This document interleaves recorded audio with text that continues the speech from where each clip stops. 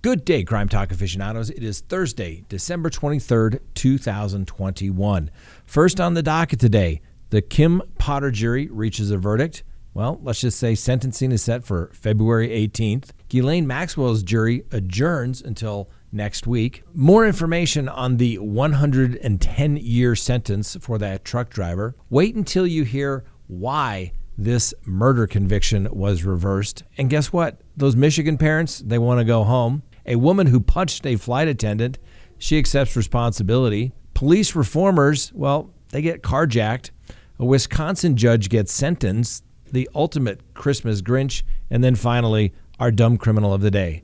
Let's talk about it. First, a little housekeeping things. First, if you haven't done so already, please hit that subscribe button, hit that little bell so you receive notifications of when we go live or put up new content. And a big shout out to all of our subscribers, as well as those new subscribers that were sent over from Rakita Law, who we've been appearing on kind of all week. We appreciate that. We just went over 200,000 subscribers. So thank you, thank you, thank you. All right, let's get to the docket. First, the jury just came back in the Kim Potter case. That's right. She's the officer now convicted of recklessly killing Daunte Wright. And guess what? Sentencing is set for February 18th. She faces 86 to 103 months, although it could go as high as 15 years because of some aggravating factors that the court may have to take into consideration. This was a case where obviously not a lot was in question as to what happened. It came down to a lot of legal analysis. The longer the jury deliberated, more likely it was not going to be a defense verdict in this particular case. As you may recall, the jury came back the other day and said, hey, we think we're deadlocked. What should we do? The judge sent them back to conduct further deliberations. And, well, they ultimately reached a unanimous decision of finding Kim Potter guilty of both counts. Count one, the reckless manslaughter, as well as the negligence theory as well. Both of those counts will run concurrent for sentencing purposes. And as I stated, the presumptive range, 86 to 103 months, 15 years, up to 15 years for aggravation. The judge is going to be able to consider some variance in this particular case because, well, let's face it, Kim Potter's probably not a threat to the community. She lived a law-abiding life for the last 49 years, 26 of which was as a police officer, and then she had obviously one bad day. Sometimes people forget. I try to remind people of that all the time, given the work that we do, how quickly one's life can change. This is a classic example of it. And I've said this before, if your life was a big old movie reel, they would spread it out and they would splice out that portion of that bad day, and the jury has to consider of that information right there. Did something happen or did it not? Not whether you're a good person, whether you're a bad person, but whether the acts occurred. And in this case, the jury said guilty. Well, the jury in the Ghislaine Maxwell case was released yesterday, and the court had previously stated that they would be released as of today, and they could, if the trial was still ongoing or deliberations in this particular case, that they would come back Monday. And that's what the jury decided to do. They were given the option of whether to come back and deliberate today, and they said, no, we want to take a break. So more than likely the jury will go home, do what they aren't supposed to do. I'm not saying they will, but let's face it, they're probably going to talk to people over Christmas dinner about the fact that they just happen to be on one of the biggest trials taking place right now, that of Ghislaine Maxwell, and that pressure from people saying, wow, isn't she guilty? Don't you think she's guilty? Or maybe saying, hey, if they didn't prove the case, find her not guilty. But I'm sure those influences will go on. It'll be tough for those jurors not to be able to talk about the fact that they're on that jury. Hopefully they follow the court's instructions and don't discuss their deliberations with anyone. All right, next on the docket, let's talk about the truck driver who was sentenced to 110 years for his sentence regarding the death of 4 people and others that were, well, not only seriously, but permanently injured. That's right. That's the case of Aguilera-Mederos. Now, his recent sentencing sparked a significant backlash. The first person to object to the sentence was the judge who imposed it, clarifying that the state's mandatory sentencing laws that he had to impose were handed down. Well, now the first judicial district attorney, Alexis King, who sought the punishment and went forward on all the charges in the first place, says that she never felt such a punitive response was necessary to protect public safety. That's an interesting comment since, well, she didn't tell her prosecutors to dismiss the overcharging. No, she didn't. She went forward and let the jury decide it. And now she looks like she is basically a mean person. And Alexis King doesn't want to look like a mean person because her whole push to become the elected DA was that she was a kinder, softer, gentler district attorney. Ms. King said in a statement yesterday, she said that her administration contemplated a significantly different outcome in this case and actually initiated plea negotiations, but it was Mr. Aguilera-Mederos who declined to consider anything other than a traffic ticket, said Ms. King. By her own admissions, Aguilera-Mederos was sentenced to die in prison, not because the state felt that it was a fair and just punishment, but because he insisted on exercising his constitutional rights to trial.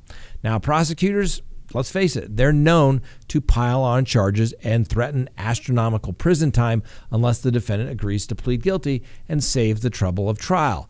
This is known as a trial tax or a trial penalty. Now, should the defendant insist on his innocence and should a jury disagree, he will likely receive a much more severe sentence for the actions. The only difference is that he, in this particular case, Mr. Mederos, invoked his Sixth Amendment right to proceed to trial. Now, both the defense and the government acknowledged that Aguilera-Mederos' truck brakes gave out and that the accident wasn't driven by malice, which is probably why Aguilera-Mederos thought a jury might sympathize with his story. Then after the sentencing, one person on the jury said he cried his eyes out because he was unaware that the conviction would equate to such an extreme punishment. Now, juries, understand, are not informed what the punishments are when they go back and deliberate. Aguilera-Mederos' decision to go to trial was pretty gutsy. Only 3% of all cases actually filed go to trial, and only 2% of those 3% that go to trial and lose actually get reversed on acquittal. And as we stated, now District Attorney Alexis King quietly began the process to have Mr. Aguilera-Mederos' sentence reduced, saying that she was going to speak to the families for their input. This can only be done pursuant to statute after Mr. Aguilera-Mederos goes down to the Department of Corrections and is basically evaluated to see if he's some sort of risk to the community. And I told you yesterday, I have never seen a district attorney do this ever, ever, ever. I think they acknowledge that it was an overcharging of the situation. Now, the family, remember, they've spoken out. Some of the family members have spoken out and think that the 110-year sentence is absolutely appropriate. Now, there's a couple of things. So it's not uncommon for a district attorney, when they receive word that a defendant is going to exercise their constitutional rights and make the prosecution prove the case beyond a reasonable doubt, to add charges. This is a common tactic that takes place quite frequently, not only here in this jurisdiction, but just about every jurisdiction, to pressure the defendant to take a plea bargain because of the fear of a greater sentence if they actually lose at trial. Additionally, what district attorneys will also do is say, if you go to a preliminary hearing, if you file motions in a particular case, all plea bargains are off because they basically don't want to be troubled with seeing if the facts and the truth are actually coming out.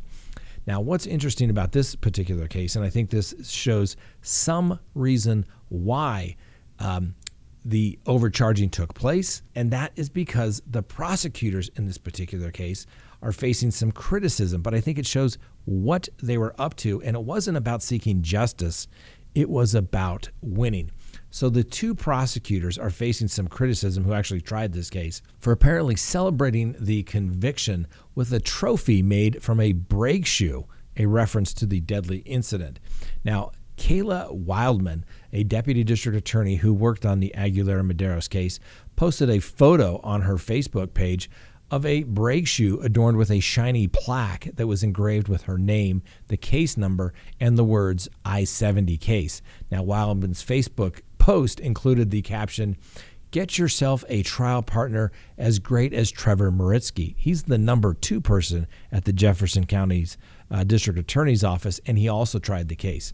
She goes on stating, "He turned a brake shoe from a semi-truck into a memento. What a special gift from a truly special person." Alexis King said that the brakes were not a piece of evidence from the case, and she added that the post was in very poor taste and the incident has been addressed internally. I'm sure that was, please take that down and let's not have any more trophies from trials, because their job is to do justice, not keep track of all of their convictions. Now, let's face it, it's not unusual for somebody to win a trial on both sides to get some high fives, but most people think it shows a little bit of lack of empathy and dishonors the rule of prosecutors as defense attorneys to basically have plaques to that particular situation. Now, the defense attorney for Mr. Aguilera-Mederos said that he may appeal the verdict. He should if there's any legitimate legal issues in the case. And he's obviously seeking a sentence reconsideration. Now, he was a prosecutor, Mr. Colgan was, for many years before becoming a defense attorney. And he says that the trophy shows an example of prosecutorial misconduct. I'm not sure it goes that far. It certainly shows a lot of poor taste, and it also shows, I think, that they weren't interested in their ethical considerations of doing justice. It was about winning, and then they were basically gloating about it. Something the prosecutors, well, they shouldn't do, because were they going to receive that kind of joy in sending somebody to prison? It's not like we're talking about somebody that chopped up people intentionally or desecrated them and mutilated them, some sort of sick pleasure on their part. The prosecutors conceded that the brakes were bad, and the issue was whether Aguilera-Mederos should have proceeded forward. The jury concluded that it was reckless behavior because he knew the brakes were not in appropriate working condition, and he missed appropriate opportunities to put the truck onto a runaway truck ramp. Let me know what you think. Do you think the prosecutors should receive some sort of discipline, or do you think the district attorney saying it's been handled appropriately internally is sufficient? Let me know. All right, next on the docket, wait until you hear about this case as to why a man's murder conviction has been reversed. So an Oklahoma murder conviction has been overturned after it was discovered that the county judge who presided over the trial, that's right, was having an intimate relationship with one of the prosecutors. Now, Robert Hashigan was convicted in February of murdering a 95-year-old woman by the name of Evelyn Goodall back in 2013. But now that conviction has been tossed after former Oklahoma County District Court Judge Tim Henderson admitted to having a sexual relationship with a district attorney in his office who helped prosecute the case. Now, Judge Henderson, who's also married, has resigned after 3 female attorneys came forward with allegations of sexual misconduct against him.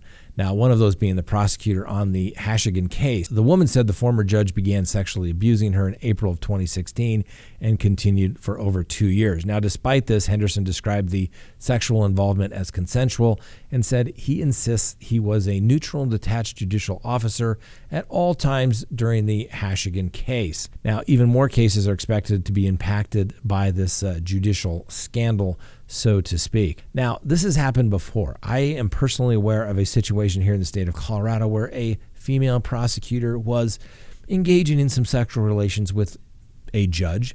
They were doing it in his chambers. And oh, by the way, they didn't put it on the record that he was engaging in these sexual conducts and didn't recuse himself from that specific prosecutor appearing before him. Yep, creates a big old mess. Judges know better. And boy, I've said it before, work relationships never work out, particularly when you're a judge and there's a prosecutor or a defense attorney. It doesn't matter. Just don't do it. Let me know what you think. Should something happen to that judge?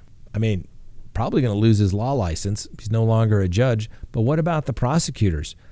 They're supposed to be attorneys. They know better to say that they were in this abusive relationship. They couldn't come forward beforehand. I don't know. Maybe there's enough blame to go around for everybody. Well, not surprisingly, the Michigan parents, that's right, they want to go home. The defense attorneys representing James and Jennifer Crumley, the parents of the teen charged with killing 4 classmates in Oxford High School, have requested that their bond be lowered to $100,000. The attorney, Shannon Smith, added that the couple would wear ankle monitors if released. Now, as a reminder, James and Jennifer Crumley have been charged with involuntary manslaughter, and they've each been jailed with a $500,000 bond, which obviously they cannot make. They are accused of allowing Ethan Crumley access to a gun and failing to take him out of school when summoned regarding his writings before the alleged November 30th shooting. It's also alleged that the couple failed to show up in court when they were charged and then basically had to be hunted down by the United States Marshals. The attorneys also noted that they were going to appear at a different court that managed Saturday arraignments, and they were not attempting to run away. She also said that the gun was locked, and in court filings, the attorneys added that the last thing they expected was a school shooting would take place or that their son would be responsible. The attorneys did acknowledge that Jennifer Crumley sent a text to her son saying, "Don't do it."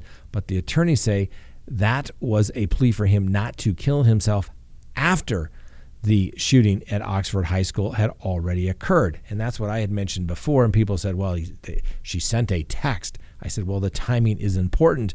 The attorneys are flushing this out, and they're saying it was afterwards.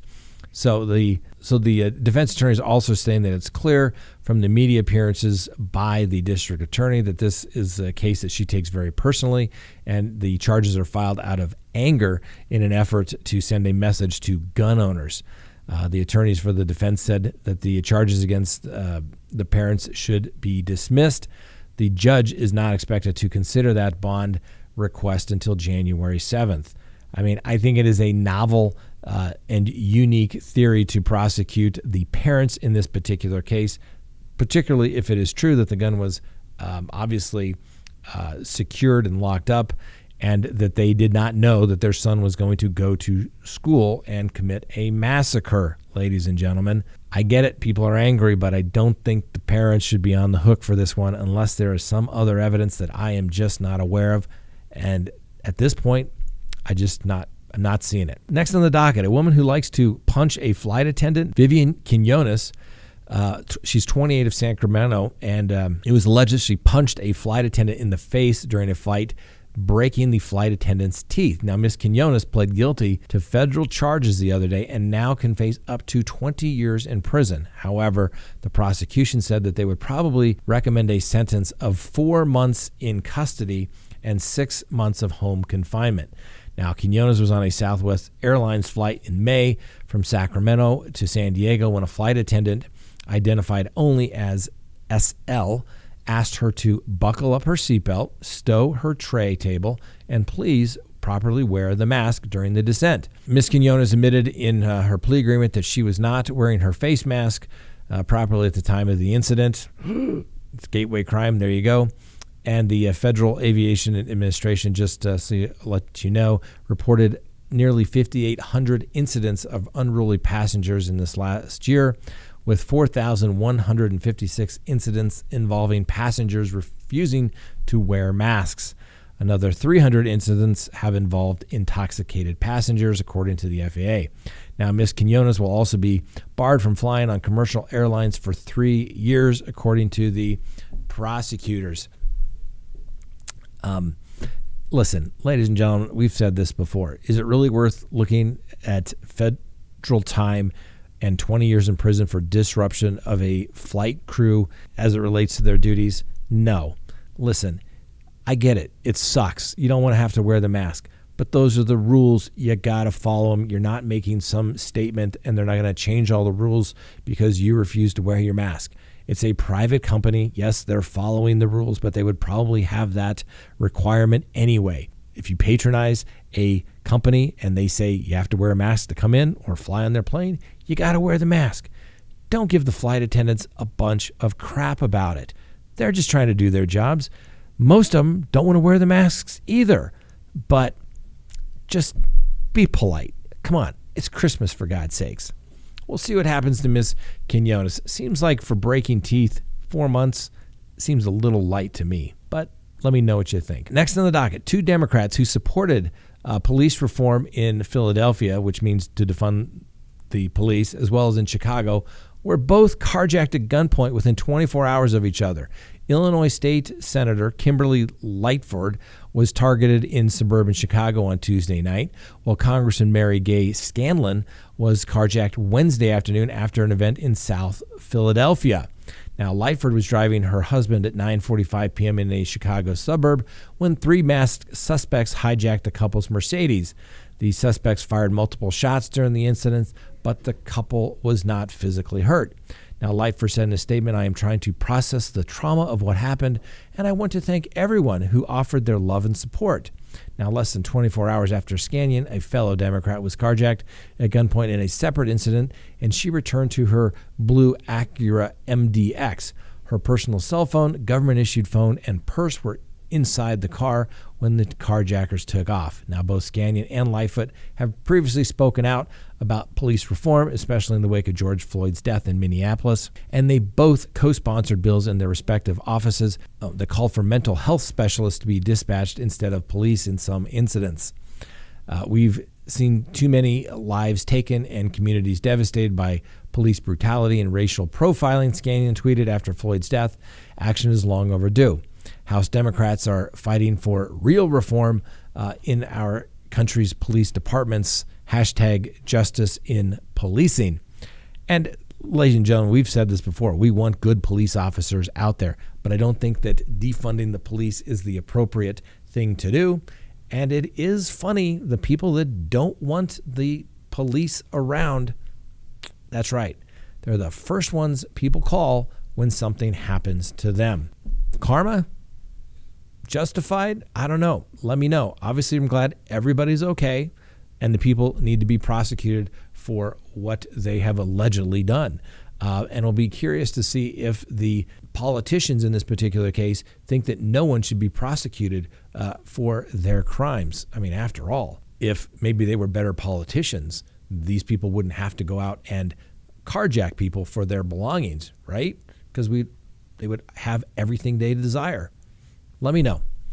All right, a Wisconsin judge got sentenced. You have to admit, it's a little brings a little joy to your heart every now and then when the hunters become the hunted.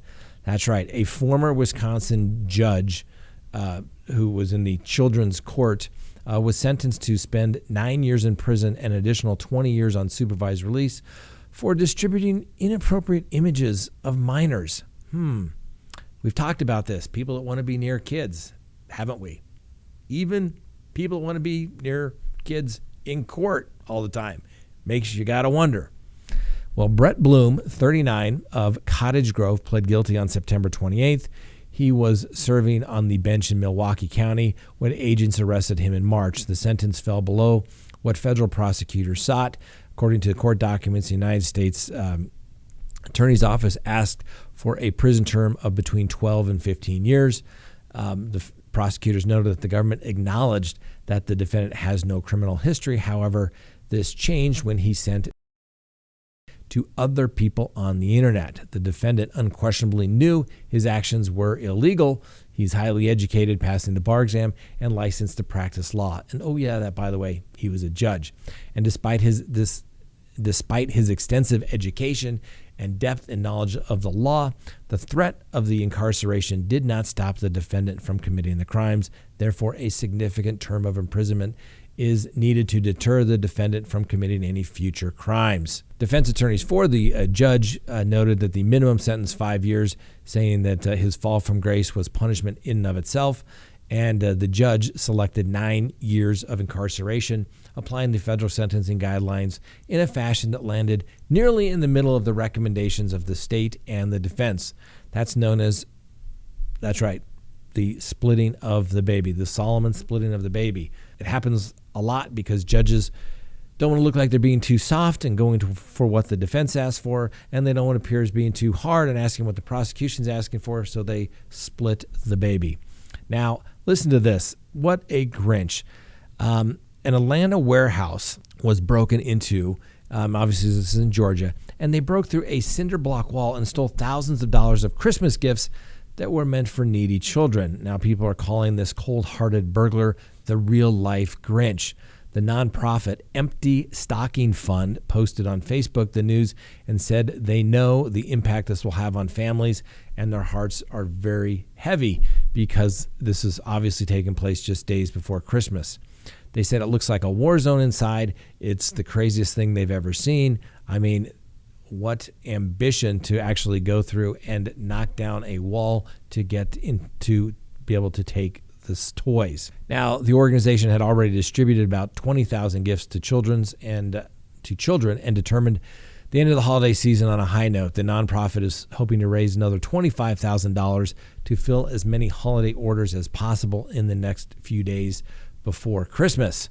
The call for goodwill has garnered close to $9,000 as of today to the Empty Stocking Fund. Now, the owners of the building said they had footage from the break-in from outside the Empty Stocking Fund's warehouse where a man posed as a volunteer before taking unspecified items from the location. No arrests have been made. If anybody has any information, that's right, they should give that information to the police so this Grinch can be apprehended and prosecuted. All right, our dumb criminal of the day, but let's do a quick recap throughout the week. Tuesday, Patrick Florence and Darius Owens were pulled over during a traffic stop. Owens was arrested for DUI and marijuana possession. A handgun was found under Florence's seat. Mr. Florence was searched, and officers found a baggie containing cocaine and meth wrapped around his penis. Mr. Florence responded in the course of the investigation. That's not mine. Wednesday, Levi Metcalf intentionally elbowed his girlfriend in the face during an argument over a Christmas tree. I'm sure he said, "That wasn't my elbow." Thursday, an investment banker driving a Porsche convertible punched a 16-year-old girl in the face after berating the teenager for cutting him off in traffic on a Florida roadway. 46-year-old Stephen Saunders followed the teenager to an intersection and yelled, "What the F are you doing? You stupid B. You cut me off." Then allegedly he reached into the driver's side window and punched her in the face with a closed fist.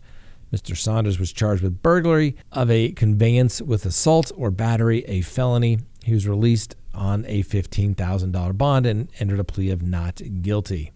All right, we want to thank everyone for getting us over 200,000 subscribers. I assure you, we know this channel would not be possible without all of you. We want to thank you. We want to wish everyone a happy holiday, a Merry Christmas. We will not have a video up tomorrow, and we will see you all next week. Have a wonderful holiday. Thanks for watching. We'll see you next time on Crime Talk.